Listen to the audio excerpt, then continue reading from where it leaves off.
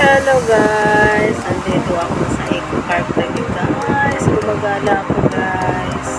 Minsan ipahinga naman natin yung utak natin guys. Para makaaliwalo dito sa mga preskong hangin, sa labas. Hirap kasi pag nasa palagi tayo sa loob guys. Hindi makano yung ano natin. Mindset ba? Mindset. Pero, pauso ngayon guys. Mindset. Yan. Kailangan natin, pahingahin natin yung utak natin guys. Huwag na palagi tayo nasa loob ng pamamahay natin. Kailangan iwas sa stress. Kailangan pagdating sa labas, stress free tayo. Ayan o.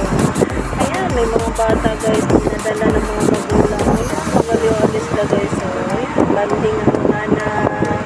Ako guys. Makikibanding na rin ako sa kanila. Charot.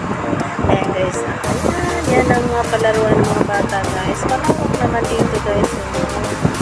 Tsaka maganda ang ano guys, galaan. Kasi ganito, pag walang ano, yung makulimlim na, walang init.